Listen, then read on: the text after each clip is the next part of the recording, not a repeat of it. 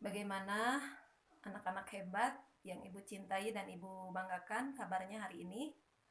Mudah-mudahan kita senantiasa dalam keadaan sehat walafiat ya. Tidak ada kekurangan sesuatu apapun. Alhamdulillah, puji serta syukur marilah kita panjatkan kehadirat Ilahi Robi karena pada kesempatan ini kita kembali bertemu dengan pembelajaran biologi kelas 10. Beberapa minggu ke belakang kita sudah belajar bab 1 tentang ruang lingkup biologi. Ya, Ibu akan ingatkan kembali dan mungkin kalian ada yang masih ingat pembelajaran di bab 1 itu tentang apa saja? Ya. Iya, baik. Kompetensi dasar yang ada di bab 1 mengenai ruang lingkup biologi itu adalah bahwa kalian harus bisa menjelaskan tentang objek biologi dan permasalahannya pada berbagai tingkat organisasi kehidupan, serta menerapkan langkah-langkah metode ilmiah dan keselamatan kerja di laboratorium. Nah, mudah-mudahan kalian sudah bisa memahaminya, ditambah dengan LKPD yang Ibu pernah share ke kalian. Di sana banyak sekali materi-materi atau rangkuman-rangkuman materi tentang ruang lingkup biologi dan beberapa pertanyaan soal yang harus kalian jawab. Nah, pada kesempatan ini, pada pertemuan ini, Ibu akan membahas tentang LKPD, beberapa soal yang sudah Ibu buatkan. Mudah-mudahan kalian bisa mengerjakannya, ya. Selamat menyaksikan dan kita memperoleh ilmu yang bermanfaat. Amin ya Allah ya Rabbal alamin. Baiklah, sekarang kita mulai untuk membahas kegiatan 1. Amatilah gambar berikut. Gambar A, B, dan C. Atau gambar 1, 2, dan 3. Tentu kalian sudah bisa mendeskripsikan gambar A, B, dan C. Gambar A itu adalah bernafas, seorang wanita yang sedang bernafas. B atau nomor 2, ada anak kucing dan induk kucing. Tentu saja bahwa kucing ini berkembang biak. Gambar C atau gambar 3, ada seorang bayi yang sedang makan. Nah, ketiga gambar ini memperlihatkan atau menunjukkan ciri dari makhluk hidup. Jadi, ciri-ciri dari makhluk hidup itu yang pertama bernafas, bisa berkembang biak, dan juga makan. Ya, nah itu untuk kegiatan 1. Sedangkan nomor 2, berdasarkan jawaban dari kolom yang telah diisi, ya, yang tadi, refleksikan oleh kalian kegiatan-kegiatan yang sering kalian alami dalam kehidupan sehari-hari tersebut. Jadi apa sih yang bisa kita refleksikan dari kegiatan tadi?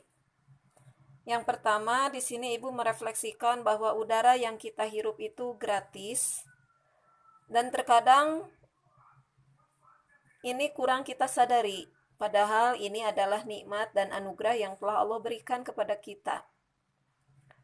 Kita bayangkan saja orang yang sakit asma, dia harus memperoleh udara buatan dan harus dibeli. Sedangkan kita orang sehat, kita bisa memperoleh udara berapapun jumlahnya. Berarti itu adalah anugerah. Yang kedua, berkembang biak. Tentu saja makhluk hidup berkembang biak itu untuk melangsungkan kehidupannya. Tanpa berkembang biak, tentu saja kehidupan ini akan berhenti. Yang ketiga, makanan sebagai sumber energi. Jadi diharapkan kita lebih bijak dalam makan. Jangan sampai makanan itu kita hambur-hamburkan ataupun kita makan tidak sesuai dengan kebutuhan yang dibutuhkan oleh tubuh. Terlalu berlebihan, makanan yang kita makan terlalu berlebihan.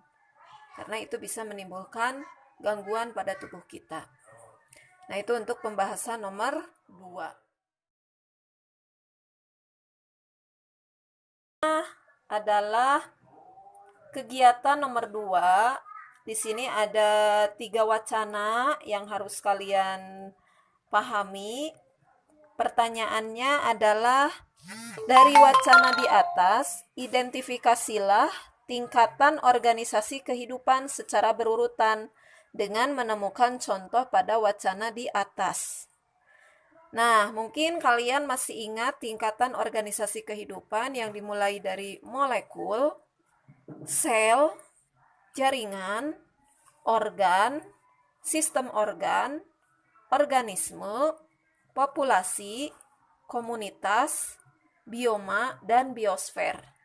Nah, dari wacana ini mana kira-kira yang disebut dengan molekul? Ya, molekul itu adalah bahan atau materi yang kita makan. Nah, berarti di sini asupan karbohidrat, protein, dan lemak. Inilah yang dinamakan molekul. Selanjutnya setelah molekul adalah sel. Nah, di sini mana contoh dari sel? Nah, dan diidentifikasi ternyata mikroorganisme tersebut adalah paramecium dan amuba. Nah, ini sebetulnya contoh dari sel. Setelah sel adalah jaringan. Jaringan itu adalah kumpulan dari beberapa sel yang memiliki bentuk dan fungsi yang sama. Nah, ada beberapa macam jaringan, diantaranya ada jaringan saraf, jaringan epitel, jaringan ikat, dan jaringan otot. Nah, di sini menunjukkan ada indera penciuman yang tidak peka terhadap bau. Berarti ini tidak menanggapi rangsangan. Berarti ini ada gangguan pada jaringan saraf. Nah, berarti inilah tingkat jaringan. Ya, contohnya adalah jaringan saraf. Setelah jaringan adalah organ. Nah, di sini mana contoh organ? Nah, nafsu makannya menurun yang diakibatkan tenggorokan, sakit, sehingga lambungnya terasa nyeri. Nah, ini tenggorokan dan lambung itu merupakan contoh dari organ. Setelah organ itu adalah sistem organ. Mana di sini yang menunjukkan sistem organ? Tentu saja di sini sistem pernafasan dan sistem imun. Nah, inilah sistem organ. Setelah sistem organ adalah suatu organisme, satu kesatuan tunggal. Nah, di sini contohnya seorang anak. Itulah yang dinamakan organisme. Setelah organisme adalah populasi.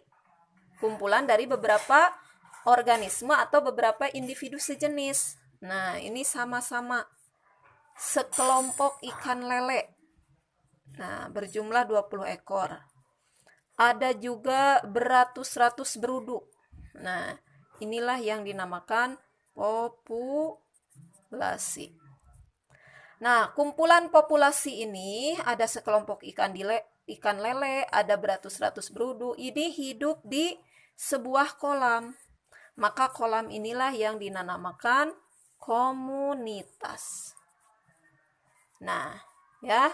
Nah, inilah jika di dalam suatu komunitas itu terjadi suatu interaksi, maka itulah yang dinamakan ekosistem.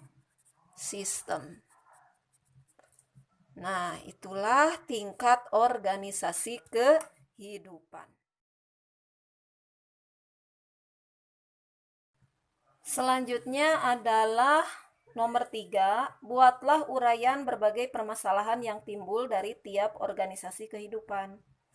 Nah, di sini kita sudah belajar tentang berbagai macam permasalahan biologi, ada beberapa macam, ada sains dan inquiry, ada sejarah dan konsep biologi, ada evolusi, ada keanekaragaman makhluk hidup, ada genetika, ada makhluk hidup dan lingkungan, tingkah laku, struktur dan fungsi, serta pengaturan fungsi.